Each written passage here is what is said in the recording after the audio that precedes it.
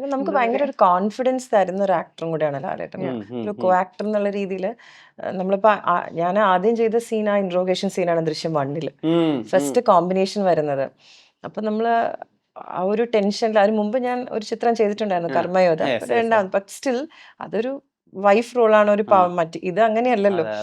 പക്ഷെ നമുക്ക് തരുന്ന ഒരു ധൈര്യമില്ലേ, ആ ഒരു പ്രസൻസ് തരുന്ന ധൈര്യം, do it, I am with you എന്നുള്ള ഒരു കോൺഫിഡൻസ്, അത് പറയാതിരിക്കാൻ പറ്റില്ല. അത് എനിക്ക് മാത്രമല്ല എല്ലാ ആക്ടേഴ്സിനും ലാലേട്ടൻ കൊടുക്കുന്ന ഒരു കോൺഫിഡൻസ് ആണ്. ആദ്യമായിട്ട് നമ്മൾ അഭിനയിക്കുകയാണെങ്കിൽ he will not make us feel that ഓ ആദ്യമായിട്ടാണ് കാണുന്നതെന്ന് പോലും ഫീൽ ചെയ്യുന്നത്. നമ്മളെ കണ്ടു കഴിഞ്ഞാൽ ആ എപ്പോഴും കാണുന്ന ആൾക്കാരെ പോലെയാണ് ലാലേട്ടൻ സംസാരിക്കുന്നത്, അത്രയും കംഫർട്ടബിൾ ആക്കിയിട്ട്. അങ്ങനെ ലാലേട്ടൻ ഇസ് ലൈക്ക് ദാറ്റ്.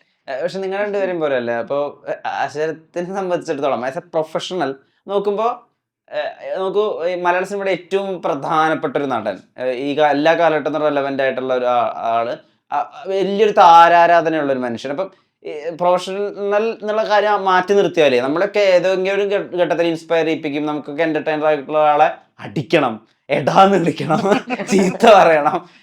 ആ താരാരാധന ബ്രേക്ക് ആയത് എപ്പോഴാ? 1-ലും 2-ലും ഇപ്പൊ 3-ലും? അങ്ങനെ താരാരാധന ഒരിക്കലും ബ്രേക്ക് ആവില്ല. എനിക്ക് ഒരിക്കലും ബ്രേക്ക് ആയിട്ടില്ല. ലാലേട്ടൻ എന്ന് പറഞ്ഞ ആ ഒരു ആക്ടറിന്റെ അടുത്ത് ഭയങ്കര ആരാധനയാണ്. ആ ഒരു വ്യക്തിയുടെ അടുത്ത് കേട്ടോ, ഒരു ആക്ടർ എന്നുള്ള രീതിയിൽ മാത്രമല്ല, ഒരു വ്യക്തി എന്നുള്ള രീതിയിൽ നമുക്ക് അതങ്ങ് ബ്രേക്ക് ചെയ്യാം. ഓഫ് കോഴ്സ് വളരെ അടുത്തൊരു സുഹൃത്തും ഒക്കെയാണ്. ബട്ട് സ്റ്റിൽ ഒരു നമുക്ക് ആ ഒരു റെസ്പെക്ട് തോന്നുന്ന, അങ്ങനെ നമുക്ക് ജീവിതത്തിൽ ഒരുപാട് ഇൻസിഡൻസ് അദ്ദേഹം തന്നെ നമുക്ക് തരും. എക്സാമ്പിൾ പറയുകയാണ്, അദ്ദേഹം ഇപ്പം നാഷണൽ അവാർഡ് വാങ്ങിക്കാൻ പോകുന്ന സമയത്ത്, ഫാൽക്കെ അവാർഡ് മേടിക്കാൻ പോകുന്ന സമയത്ത്, ഞാൻ അതിന് മുമ്പ് ആ സമയത്ത് ഒരു ഡാൻസ് പ്രൊഡക്ഷൻ ചെയ്യുന്നുണ്ടായിരുന്നു, അപരാജിത എന്ന് പറഞ്ഞിട്ട്. അപ്പൊ എനിക്ക് ഭയങ്കര ആഗ്രഹമായിരുന്നു ആ അപരാജിത എന്നുള്ള ടൈറ്റിൽ ലാലേട്ടൻ പറയണം എന്നുള്ളത്. അപ്പൊ അത് ലാലേട്ടൻ നേരത്തെ സംസാരിച്ചു ശരി തരാന്ന് പറഞ്ഞിരുന്നു. പക്ഷെ അന്ന് എനിക്ക് എഡിറ്റ് ആയിരുന്നു, പെട്ടെന്നായിരുന്നു അവാർഡ് അനൗൺസ് ചെയ്തതും അദ്ദേഹം ഡൽഹിക്ക് പോയതും ഒക്കെ. അപ്പോൾ ആ സമയത്ത് പറയുമ്പോൾ തന്നെ എനിക്ക് ഭയങ്കരമായിട്ട് ഗൂസ് ബംസ് വരുന്ന കാര്യമാണ്. അന്ന് സ്റ്റുഡിയോയിൽ ഇരിക്കുകയാണ് ഞാൻ, അന്ന് സ്റ്റുഡിയോ മിക്സ് ചെയ്യാണ്. അപ്പോൾ ലാലേട്ടൻ അന്ന് അവാർഡ് മേടിക്കുന്ന ദിവസമാണ്. അപ്പോൾ ഞാൻ വിളിച്ചിട്ട് പറഞ്ഞു ഇങ്ങനെ ഒരു സംഭവം ഉണ്ട്, മെസ്സേജ് അയച്ചു, വിളിച്ചിട്ട് കിട്ടുന്നില്ല, മെസ്സേജ് അയച്ചു, ഇങ്ങനെ സംഭവമാണ്. യു വോണ്ട് ബിലീവ്, ലാലേട്ടൻ കാറിലിരുന്ന് ഗ്ലാസ് സൺലേട്ടനും ലാലേട്ടനും കൂടെ, ലാലേട്ടൻ സുഹൃത്ത് സൺലേട്ടനും ഉണ്ടല്ലോ, ലാലേട്ടൻ ഗ്ലാസ് കയറ്റിയിട്ടിട്ട് കാറിലിരുന്നിട്ട് എനിക്ക് ആ ഫുൾ പ്രൊഡക്ഷൻ്റെ ടൈറ്റിൽ, അപരാജിത എന്ന് മാത്രമല്ല ഓരോ കഥാപാത്രത്തിനെ കുറിച്ച് 4 സ്ത്രീ കഥാപാത്രങ്ങളെ ബേസ് ചെയ്തിട്ടുള്ള ഒരു ഡാൻസ് പ്രൊഡക്ഷനാണ്. അത് ആ കാറിലിരുന്ന് ലാലേട്ടനെ എനിക്ക് പറഞ്ഞ് റെക്കോർഡ് ചെയ്ത് അയച്ചു തന്നു. എന്നിട്ടായിരുന്നു അവാർഡ് മേടിക്കാൻ പോയത്. അത്ര അധികം സൗഹൃദത്തിനും കലകൾക്കും കലാകാരികൾക്കും ഒക്കെ റെസ്പെക്റ്റ് കൊടുക്കുന്ന ഒരു മഹത് വ്യക്തിത്വം തന്നെയാണ്. അപ്പോൾ പിന്നെ നമ്മൾ ആ ഒരു താരാരാധന നമുക്ക് ഒരിക്കലും മാറില്ല. ഒരു വ്യക്തി ആരാധന എന്ന് വേണമെങ്കിൽ അത്രമാത്രം നമ്മൾ അഡ്മയർ ചെയ്തു പോകുന്ന ഒരു വ്യക്തിത്വമാണ് എല്ലാ രീതിയിലും. സോ അതൊന്നും ഒരിക്കലും പോകില്ല. എന്റെ ആത്മാവാണ്, എന്റെ ജീവശ്വാസമാണ് സിനിമ എന്നല്ലേ പറഞ്ഞത്. സിനിമയും നോട്ട് ലീസ്റ്റ് സിനിമ, ആർട്ട്. ഇപ്പൊ ഡാൻസിനെയൊക്കെ ആണെങ്കിലും അത്ര ഇപ്പൊ അദ്ദേഹത്തിന് ഇപ്പൊ അതൊന്നും പറഞ്ഞു തരേണ്ട. ഇത് മാത്രം, ഇതിനു മുമ്പുള്ള പ്രൊഡക്ഷനൊക്കെ 1 മണിക്കൂറൊക്കെ ടി കെ രാജകുമാർ സാറും ഞാനും ചെയ്തൊരു പ്രൊഡക്ഷൻ, അദ്ദേഹം ഇരുന്ന് രാവിലെ 3 മണിക്ക് വെളുപ്പിന് വന്ന് ഒരു 1.5 മണിക്കൂർ ഡബ് ചെയ്തൊക്കെ തന്നു പോവാ. ഒന്നും നമുക്കൊന്നും ലാലേട്ടന് നമുക്ക് എന്താ കൊടുക്കാൻ പറ്റുക? നമുക്ക് ആ ഒരു സ്നേഹം മാത്രമല്ലാതെ ലാലേട്ടന് നമുക്ക് ഒന്നും കൊടുക്കാൻ പറ്റില്ല. അത് ഒന്നും പ്രതീക്ഷിച്ചിട്ടല്ല, അത്രമാത്രം കലയും കലാകാരന്മാരെയും ഒക്കെ റെസ്പെക്ട് ചെയ്യുന്ന ഒരു വ്യക്തിയാണ്. സോ ഒരിക്കലും ആ ആരാധനയും വ്യക്തി എന്നുള്ള രീതിയിലുള്ള റെസ്പെക്റ്റ് ഒന്നും ഒരിക്കലും പോകുന്ന തോന്നണേ ഇല്ല, എനിക്ക് മാത്രമല്ല ഒരു മലയാളികൾക്കും. മിനിമം പേഴ്സണലി ഏറ്റവും അധികം ഇമോഷണലി ചേർത്ത് വെക്കുന്ന ദൃശ്യം സീരീസിലെ ഇതുവരെ ഇറങ്ങിയിട്ടുള്ള ദൃശ്യം 1-2 വെച്ചിട്ടുള്ള ഏത് സീനാണെന്ന് അറിഞ്ഞാൽ കൊള്ളാം. ഒന്ന്, ഈ മകൾക്ക് വേണ്ടിയിട്ട് വരുണിനോട് അപേക്ഷിക്കുന്ന ഒരു സീക്വൻസ് ഉണ്ട്. അവളൊരു ചെറിയ കുട്ടിയല്ലേ, അവളെ വെറുതെ വിട്ടുകൂടെ എന്ന് പറയുന്നത്. 2-ല് ഇപ്പോൾ ഇദ്ദേഹത്തിനോടൊപ്പം നിന്ന് കഴിഞ്ഞിട്ട് സംസാരിക്കുന്നുണ്ട്, എന്തായിരിക്കും നമ്മുടെ ഭാവി എന്നറിയില്ല എന്നൊക്കെ പറഞ്ഞിട്ട് 2nd സംസാരിക്കുന്നുണ്ട്. ഏതാണ് ഏറ്റവും ഇമോഷണലി ബുദ്ധിമുട്ടുള്ളായിരുന്നത്? ഏറ്റവും മൂവിങ് ഏതായിരുന്നു? അയ്യോ, രണ്ടും വെരി ഡിഫിക്കൽട്ട് ടു ചൂസ്. രണ്ടും വളരെ ഇമ്പോർട്ടൻറ്റ് ആൻഡ് വെരി ഇമോഷണൽ സീനാണ്. ദൃശ്യം 1-ൽ അതാണ് നിങ്ങൾ പറഞ്ഞതുപോലെ, അതാണ്.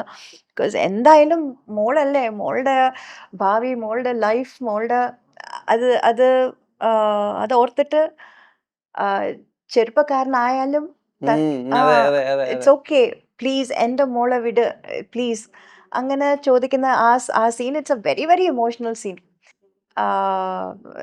ഏതമ്മ എത്ര whatever she is, you know, അത് ആ സമയത്ത് ആ റാണിയുടെ ക്യാരക്ടർ ഒരു നോർമൽ ഒരു ഹൗസ് വൈഫാണ്. ബട്ട് ആ സമയത്ത് ആ ദാറ്റ് അമ്മ ക്യാരക്ടർ ആരായാലും ഇപ്പോൾ if it was like even if it is a very big professional, എന്തോ ഒരു വലിയ ഒരു ഒരു പ്രൊഫഷണൽ ഒരു ഏത് സ്റ്റേച്ചറിലുള്ള ആളാണ്? എന്ത് സ്റ്റേച്ചറിലുള്ള ആയാലും they will definitely come down for their daughter, for their ആരായാലും അങ്ങനെ ചെയ്യും. ആരായാലും they will plead, they'll say please don't, അങ്ങനെ plead ചെയ്യുന്ന ഒരു ക്യാരക്ടർ. അത് that's a very emotional scene ആണ്. that is very nice scene, very important scene and favorite scene. അതേപോലെ ഇത്ര നടന്നിട്ട് പിന്നെ എന്തൊക്കെയോ ചെയ്ത് എന്തൊക്കെയോ എങ്ങനെയൊക്കെയോ മാറ്റി കീറ്റി ചെയ്തിട്ട്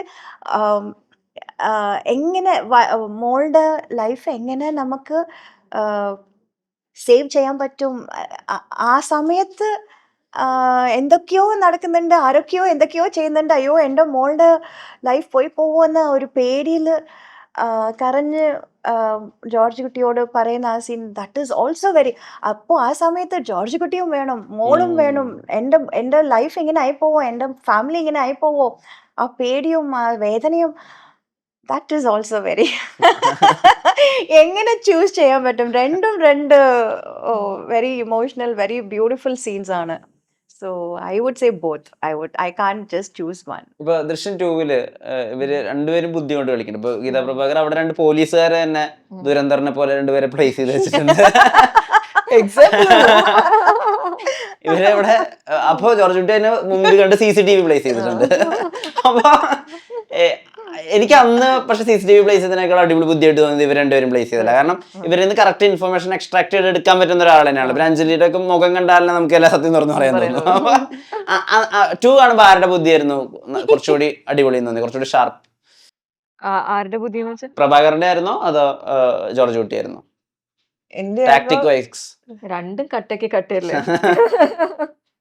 അതന്നെ ഇപ്പൊ എന്താ പ്രഭാകരന്റെ ബുദ്ധി എന്ന് പറഞ്ഞു കഴിഞ്ഞാൽ അത് അവരെ പ്ലേസ് ചെയ്യാന്നുള്ളത്, അത് എക്സ്ട്രാക്ട് ചെയ്തെടുക്കാൻ. പക്ഷെ അത് മുൻകൂട്ടി കണ്ടത് ലാലേട്ടൻ ഇതെല്ലാം ആദ്യം തൊട്ടേ എല്ലാം മുൻകൂട്ടി കാണുന്നുണ്ടല്ലോ. എന്തൊക്കെയാ ചിലപ്പോ സാധ്യതകൾ ഉണ്ടാവുക, like what are the possibilities. Even ഇവര് തുറന്ന് പറഞ്ഞാലും അതിനെങ്ങനെ ടാക്കിൾ ചെയ്യണം എന്നുള്ളൊരു ഇത് ലാലേട്ടൻ ആദ്യം തന്നെ ചിന്തിച്ചു വെച്ചിട്ടുണ്ടല്ലോ. ഇപ്പൊ ഒരു വർഷത്തില് ഇപ്പൊ ആഗസ്റ്റ് 2, 3 എന്നൊക്കെ പറയുമ്പോൾ നമുക്ക് പെട്ടെന്ന് ദൃശ്യം ഓർമ്മ വരിക എന്നൊക്കെ പറയുന്നത് ഭയങ്കര റെയറായിട്ട് മാത്രം നടക്കുന്നതല്ലേ. സോ ആഫ്റ്റർ എഫക്ട് ഓഫ് ദൃശ്യം എന്തായിരുന്നു നിങ്ങളുടെയൊക്കെ ലൈഫിൽ പേഴ്സണലി? ഇപ്പൊ എനിക്കൊക്കെ എന്ന് പറഞ്ഞാൽ പെട്ടെന്ന് ആഗസ്റ്റ് 2, 3 ജോർജ് കുട്ടി പാറേപ്പള്ളി പോയ ദിവസം അങ്ങനെയാണ് ഭയങ്കര നാച്ചുറലി വരുന്നത്. പാറേപ്പള്ളി 2021 പാറേപ്പള്ളി ആക്ച്വലി ചർച്ച പുതുക്കി പണിതുകൊണ്ടിരുന്ന സമയത്ത് മനോരമ റിപ്പോർട്ട് ചെയ്തത് ദൃശ്യത്തിൽ ജോർജ് കുട്ടിയും കുടുംബവും പോകുന്ന പള്ളി ആ പള്ളിയാണിത് എന്ന് സ്പെസിഫിക്കലി എടുത്ത് മെൻഷൻ ചെയ്തേക്കാം. അത്രയൊരു കൾച്ചറൽ റെലവൻസ് ഉണ്ട് ഇപ്പോൾ ആ പടത്തിന്.